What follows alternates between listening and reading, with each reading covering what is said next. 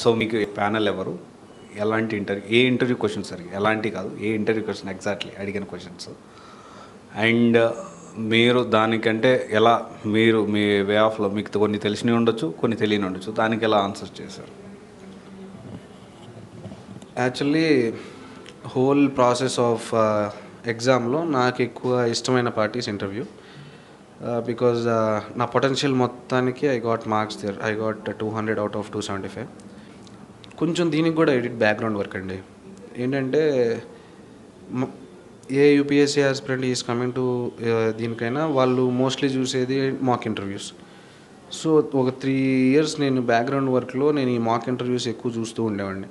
Questions కొంచెం DOF నుంచి వచ్చేవి, కొన్ని అవుట్ ఆఫ్ ద కాంటెక్స్ట్ వచ్చేవి, కొన్ని కరెంట్ అఫైర్స్ వచ్చేవి. సో ఐ అండర్స్టూడ్ దట్ మీరు ఎంత డైవర్స్ నాలెడ్జ్ పెట్టుకొని వెళ్తే ఆ ఇంటర్వ్యూలో అన్ని ఎక్కువ మార్క్స్ రావడానికి ఛాన్స్ ఉంది అని. సో నేను డాఫ్ మీద నా బీటెక్ నుంచి వర్క్ చేసేవాడిని. బ్లాగింగ్ అనేది స్టార్ట్ చేసింది is for mains, but it also help me to fill the hobbies section in DOF. నేను అప్పటి నుంచి చేస్తూ ఒక ప్లాట్ఫామ్ బిల్డ్ చేస్తూ బ్లాగింగ్ చేస్తూ ఉన్నాను కాబట్టి నేను అక్కడ బ్లాగింగ్ అని రాశాను నా హాబీస్లో. That is one aspect for the interview preparation. రెండోది, when I completed my mains exam in September, so I was very confident that I will be in the list for interview. So ఏం చేశానంటే నేను September తర్వాత ఒక trip వెళ్ళాను తమిళనాడు. నా graduation అక్కడే కాబట్టి తమిళనాడులో ఉన్న temples almost from north to south అన్ని టెంపుల్స్ తిరిగేశాను. That is a very strategic move I will say. నా డాఫ్లో I have written another hobby as exploring temples. ఆ ఇయర్లో temples are extremely in news. Ayodhya, Gyanvapi, అబుదాబిలో టెంపుల్ ఓపెనింగ్ ఎక్స్ట్రీమ్గా న్యూస్లో ఉన్నాయి. అండ్ ప్రైమ్ మినిస్టర్ గారు is visiting temples during that time, నా ఇంటర్వ్యూ టైంలో. సో నాకు అది చాలా స్ట్రాటజిక్గా నేను టెంపుల్స్ అని రాస్తే నాకు క్వశ్చన్స్ వచ్చే ఏరియా అది. అండ్ ఇండియన్ కల్చర్ ఆస్పెక్ట్లో అంటే చూడటానికి బాగుంటుంది అది, రీడింగ్కి అండ్ డిస్కషన్కి కూడా. సో ఇన్ దట్ ఆస్పెక్ట్ ఈ రెండు హాబీస్తో ఐ ఎంటర్డ్ ద హాల్. నాకు around last before 1 to go నేను ఇంటర్వ్యూకి evening period. So Sanjay Varma sir, he was recruited in February month. అతను హీ ఈస్ ద చైర్మన్ అనమాట. He is retired Indian foreign service officer. So అప్పుడు దాకా కొంచెం భయం ఉండేనండి. యాక్చువల్గా ఎంటర్డ్ హాల్ నార్మల్లీ, బట్ ఆ హాల్ ఎంటర్ అయ్యేదాకా కొంచెం భయం ఉండే. సార్ గివ్స్ సమ్ టైమ్ మీరు ఫ్రీ అవడానికి he does some questions normally. Tea తాగుతారా మీరు? He asked me, do you want some tea? I answered it in a funny way that I already had 2 cups of tea in the waiting room అన్నట్టు. So that created some laughter. Then he asked me, are you nervous అని. Sir, nervous obviously, but then I answered, having this moment with you, it is very happy sir, especially that too in my first attempt, so I am feeling happy అని చెప్పాను. దాని తర్వాత he slowly dwelled into the concepts. Initially he saw hobbies section, then he found temples something interesting. So ఇనీషియల్గా question is on temples అన్నప్పుడు నేను plan చేసినట్టే వెళ్తుంది అనేది నా మైండ్లో రన్ అవుతుంది కాబట్టి I was very cool. So he started asking, రీసెంట్గా ప్రైమ్ మినిస్టర్ మోడీ గారు అబుదాబిలో టెంపుల్ విజిట్ చేశారు, హీ ఓపెన్డ్ కదా, అండ్ అయోధ్యలో టెంపుల్ ఓపెన్ అయింది కదా, రెండింటికి కంపారిజన్ చేసి చెప్పు అన్నారు. That is a very expected question. అది నన్ను ఒక మాక్లో అడిగారు టెంపుల్స్ గురించి. So in that sense I was very prepared for that question. Then I answered it well. Nagara style of architecture రెండింటికి, శిఖరాస్ ఎక్సెట్రా అని. And he is from Indian foreign service అని I know. So I wanted to add another 1 element. Sir, Abu Dhabi టెంపుల్కి there are 7 shikharas indicating 7 Emirates UAEలో. That is some kind of friendship aspect between India and UAE sir అని చెప్తే he was okay, కొంచెం స్మిర్కిచ్చి నవ్వుతున్నట్టున్నారు.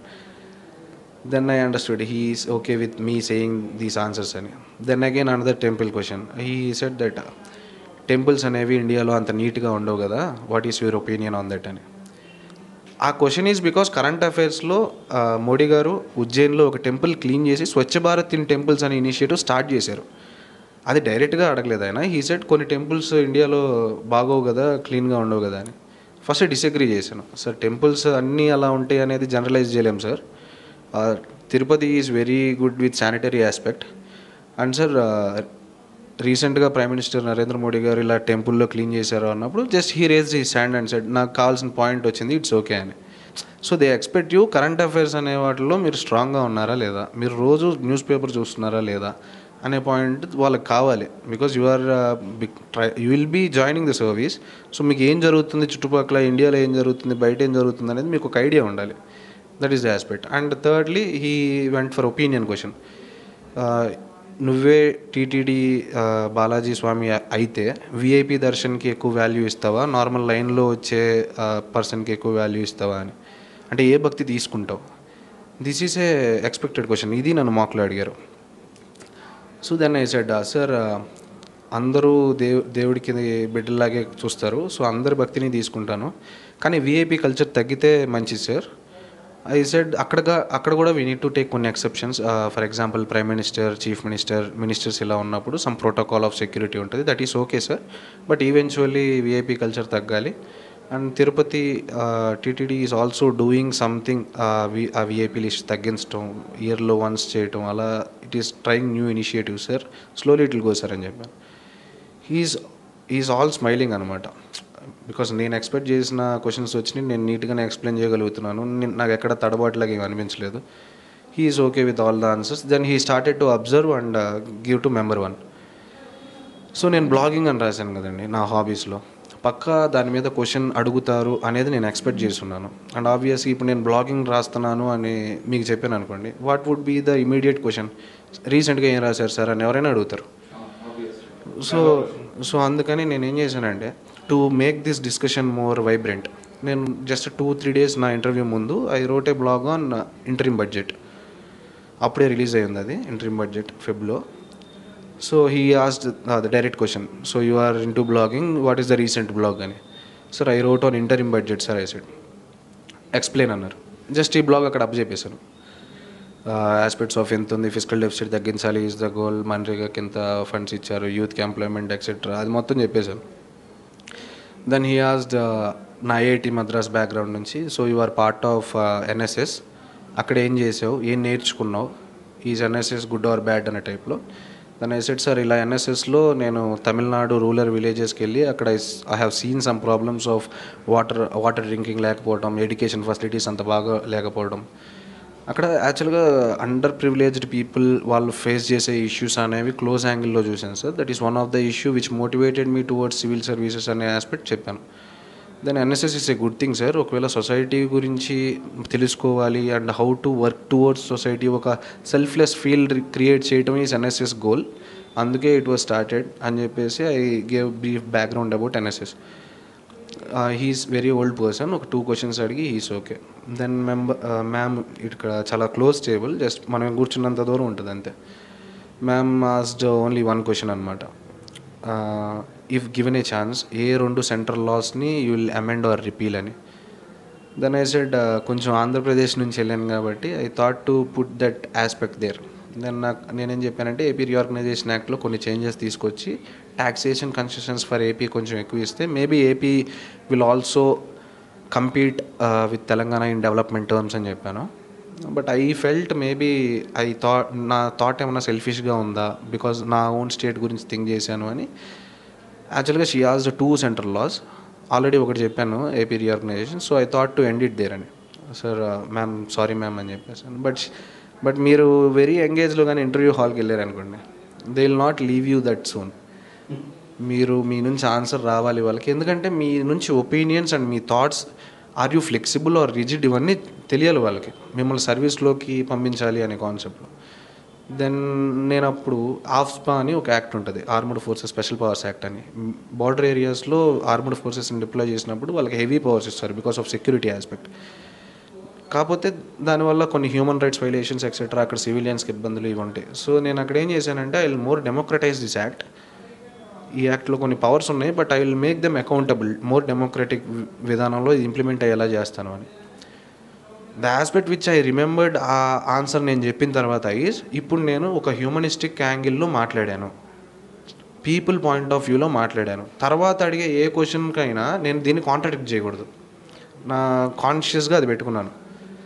ఎందుకంటే మీరు ఒక పర్స్పెక్టివ్ లేదా ఒక వ్యూ చెప్పేసి ఇంకో క్వశ్చన్కి దానికి అగేన్స్ట్ వ్యూ చెప్పారనుకోండి, you are not a balanced person అనే వ్యూ వాళ్ళకి వెళ్తుంది. సో దెన్ అగైన్ ఆ ఒక్క క్వశ్చన్ తర్వాత then again member 3 he started asking on private and public education.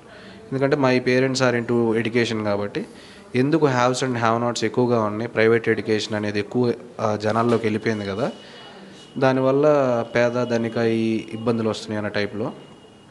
Then I said sir private education and public education people వీళ్ళంతా combine అయితేనే education as a sector సొసైటీలో develop అవుతుంది.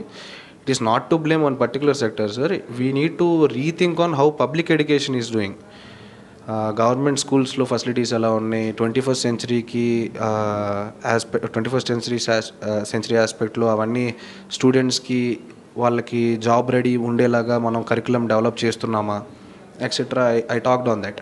And Andhra Pradesh అప్పుడు దాకా తీసుకొచ్చిన initiatives, for example bilingual text books కానీ using digital boards etcetera, ఇవన్నీ I talked. అక్కడ కొంచెం ఎమోషనల్ అయిపోయాను. I was very much happy. అంటే నేను గవర్నమెంట్ టీచర్స్ కొడుకుని, but I studied in private school. So అక్కడ నేను ఐ ఓపెన్లీ సెట్ దిస్. ఇది చాలా నెగిటివిటీగా అనుకుంటారు అని చెప్పేసి చాలామంది క్లోజ్ చేసేస్తారు ఈ ఆస్పెక్ట్స్ని. బట్ అక్కడ నేను నాకు రియల్గా ఉండాలి, నేను ఇది అని చూపించాలనే ఫీల్డ్లోనే వెళ్ళాను. నేను ఎందుకు దాచిపెట్టాను. చాలామంది ఏం చెప్తారంటే fake it until you make it అనే కాన్సెప్ట్ ఎక్కువ ఉంటుంది. నేనేం చెప్తాను, be as much real as you can. మీ పర్సనాలిటీ టెస్ట్ అది. మీరు ఎంత హానెస్ట్గా ఉన్నారు, మీ పర్సనాలిటీ ఏంటి అని జడ్జ్ చేస్తారు అంతే. మీ నాలెడ్జ్ టెస్ట్ అయిపోయింది మెయిన్స్లో. సో అక్కడ నేను చెప్పాను సార్, ఒక గవర్నమెంట్ టీచర్లు కొడుకండి నేను ప్రైవేట్ స్కూల్కి వెళ్ళాలి, బికాస్ అక్కడ ఇంగ్లీష్ మీడియం లేదు, నాకు జాబ్ ప్రాస్పెక్ట్స్ తక్కువగా ఉంటాయి. అండ్ ఆబ్వియస్లీ గ్లోబలైజ్డ్ వరల్డ్లో ఉన్నాం మనం. ఒక కంపెనీకి వెళ్ళాలంటే I need to learn communication skills. ఆ హాస్పిటల్లో నేను ప్రైవేట్ స్కూల్లో చదివాను సార్. అవన్నీ గవర్నమెంట్ స్కూల్లో ఉంచితే నేను అక్కడే చదువుతాను కదా. ఆ హాస్పిటల్ అక్కడ కొంచెం ఎమోషనల్ అయినాను, but he was connecting with me. And chairman sir వీళ్ళందరూ అబ్జర్వ్ చేస్తున్నారు అదంతా. నేను రియల్గా చెప్తున్నానా లేదా I'm doing some act kind of thing. అదైంది. దెన్ అబౌట్ అక్కడ నేను బడ్జెట్ గురించి ఐ టాక్డ్ కదా. సో ఎకనామిక్స్ పాయింట్లో he asked me about LPG reforms జరిగాయి కదా, ఎల్పిజి రిఫార్మ్స్ ఎవరు తీసుకొచ్చారు, ఏమి యూజ్ అయింది ఇండియాకి etcetera. Then I said P V Narasimha Rao sir గారు తీసుకొచ్చారు. ఇలాగా మనం ఇండియన్ ఎకానమీని ఓపెన్ చేసి వీ గాట్ ఇన్వెస్ట్మెంట్స్, మన ఎక్స్పోర్ట్స్ అది బిల్ అదంతా తగ్గిపోయి eventually we started to globalise sir అని చెప్పేసాను. He is okay with the answer. ఇదంతా నార్మల్గా వెళ్తుంది అప్పుడు దాకా. Interview was fun, okay, I'm enjoying. But ఎప్పుడైతే member 4 started to ask questions అప్పుడు ఒక హై పీక్ వెళ్ళిపోయింది నా interview. He asked one question on ఎకనామిక్స్లోనే FEBERE అని 3 కాన్సెప్ట్స్ ఉంటాయి. They are estimates. సో అవి అడిగినప్పుడు నేను వరుసగా 3 తప్పు చెప్పాను. FE ఫుల్ ఫామ్ తప్పు చెప్పాను, BE ఫుల్ ఫామ్ తప్పు చెప్పాను, RE ఫుల్ ఫామ్ తప్పు చెప్పాను. బట్ బోర్డు అంతా నవ్వుతున్నారు. ఎందుకంటే నేను సారీ సార్ నాకు తెలియదు అని స్టార్ట్ చేశాను ఆన్సర్. లేదు బేటా నువ్వు చెప్పాలి అని స్టార్ట్ చేశారు. When I said BE wrong, ఆయన ఒక్కడే నవ్వుతున్నారు. వెన్ ఐ సెడ్ RE అనేది కూడా రాంగ్, కొంచెం బోర్డు అంతా నవ్వుతున్నారు. FE రాంగ్ అన్నప్పుడు ఇంకా chairman sir was outburst అనమాట, నవ్వుతూనే ఉన్నారు. అంటే క్రికెట్ మ్యాచ్లో సరే ఒక డిఫెన్స్ ఆడాడు, నెక్స్ట్ బాల్ 4 కొడతాడని మళ్ళీ డిఫెన్స్ ఆడాడు, మళ్ళీ ఈసారి కొడతాడు మళ్ళీ డిఫెన్స్ ఆడితే అక్కడ నవ్వారు వాళ్ళు. కానీ తర్వాత సమ్మరీ, ఇప్పుడు ఈ 3 మనం చెప్పేసాం కదా, సమ్మరీ చెప్పు అన్నప్పుడు అప్పుడు చెప్పాను సార్ ఇలా ఎస్టిమేట్స్ మారుతూ ఉన్నాయంటే గవర్నమెంట్ అనేది డిసిప్లిన్డ్గా ఫిజికల్ పాలసీ ఫాలో అవ్వట్లేదు.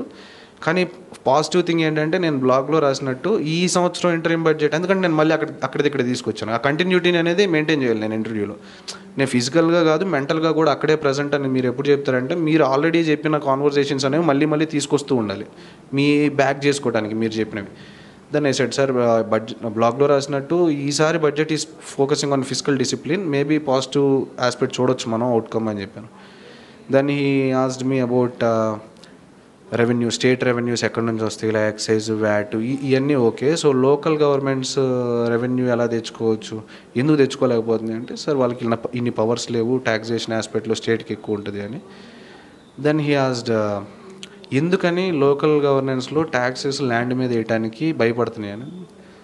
అప్పుడు చెప్పాను ఇలాగా సార్ మళ్ళీ ఒకవేళ వీళ్ళు ట్యాక్సెస్ పెంచితే లోకల్ చైర్పర్సన్స్ వాళ్ళు మళ్ళీ ఓట్లు వేయరేమో అనే భయం ఉంటుంది కదా sir, that is the reason. మరి దీన్ని నువ్వు టెక్నాలజీ చదివి IIT నుంచి వచ్చావు కదా, టెక్నాలజీ యూజ్ చేసి ఎలా సాల్వ్ చేస్తావు అన్నారు. That is a very current affairs question అది.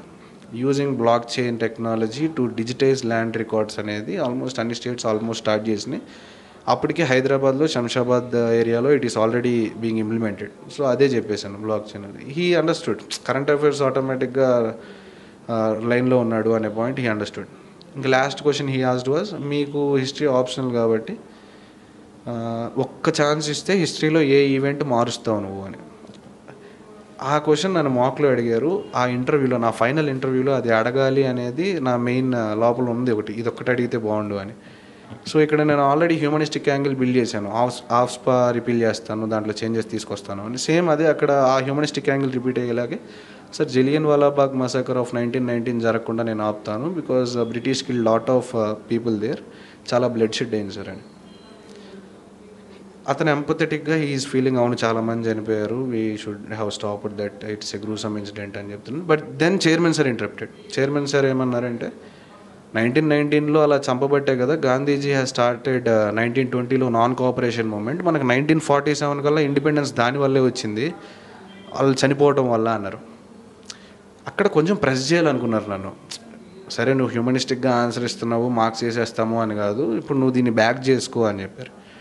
దెన్ నేను అప్పుడు హిస్టరీ ఆప్షనల్ కదా, సో అమెరికన్ రెవల్యూషన్లో James Otis will say one thing, revolution అనేది ఎప్పుడో స్టార్ట్ అయిపోయింది, మనం ఇండిపెండెన్స్ కోసం పోరాడుతున్నాం అనే concept is James Otis will bring that.